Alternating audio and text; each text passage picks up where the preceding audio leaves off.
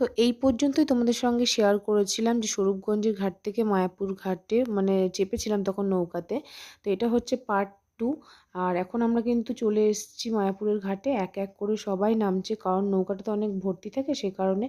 তারপর দেখো এখানে তিলক পরিয়ে দিল সবাইকে, এর জন্য কিন্তু পয়সাও নেয়। তো যাই হোক পয়সা দিয়ে দিয়েছি, এবার আমরা টোটো ধরবো। তো আমরা তো অনেক লোক, তো আমাদের দুটো টোটো লাগবে, না হলে হবে না। তো এক এক করে সবাই কিন্তু চেপে পড়েছে, আর এদিকে টোটোও ছেড়ে দিয়েছে। আর মন্দিরটা কিন্তু বেশি দূর না, দেখো চলে এসেছি আমরা মন্দিরের কাছে। আর এটা অনেক বড় একটা মানে এরিয়া, এর মধ্যে পার্ক আছে, গোশালা আছে, ভোগ খাওয়ানোর আলাদা জায়গা আছে, সব রকম আছে। প্রভুরা থাকে সেরকম আলাদা আলাদা ঘরও রয়েছে। ওর মধ্যে আবার তোমার সব রকমের দোকানপত্র রয়েছে, তোমাদের তো আমি দেখাচ্ছি, তোমরা খেয়াল করছো। আর এই দেখো কত বড় লাইন ভোগ খাওয়ার। তো ভেবেছিলাম ভোগ খাবো, কিন্তু এত বড় লাইন দেখে আর কেউ খেলাম না, কারণ আবার বাড়ি ফিরতে হবে, তাই অনেক সন্ধ্যা হয়ে যাবে সেই কারণে। আর আগেও তো বহুবার এসছি, কিন্তু এইবার অত সময় নেই। তো যাই হোক এই দেখো এখানে একটা ফোয়ারা আছে খুব সুন্দর, আর এর মধ্যে না রয়েছে রঙিন রঙিন মাছ, খুব সুন্দর লাগছে। জলটা যেহেতু একটু কালো হয়ে গেছে তাই অতটা বোঝা যাচ্ছে না। আর আশপাশটা অনেক ফুল রয়েছে, খুব সুন্দর সুন্দর পার্ক রয়েছে। তো এখানে আমরা ছবি তুললাম। তো সব জায়গা তো যেতে পারিনি, তাড়াহুড়ো করে অল্প একটু ঘোরা হয়েছে। আর এটা হচ্ছে পরিক্রমা, এখানে সবাই পরিক্রমা করে, মিঠাই আর চিনি তো খুবই আনন্দ করছে।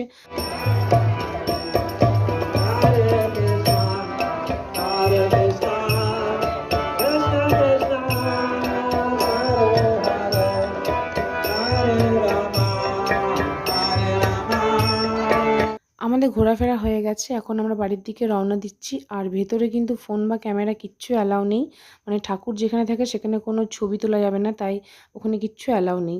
তারপর দেখো একটা রেস্টুরেন্টে চলে এসেছি, এখানে প্রথমে সিঙ্গারা খেলাম, তারপরে অর্ডার করা হয়েছিল চাউমিন। তো সবাই মিলে এখন চাউমিন খাওয়া হচ্ছে।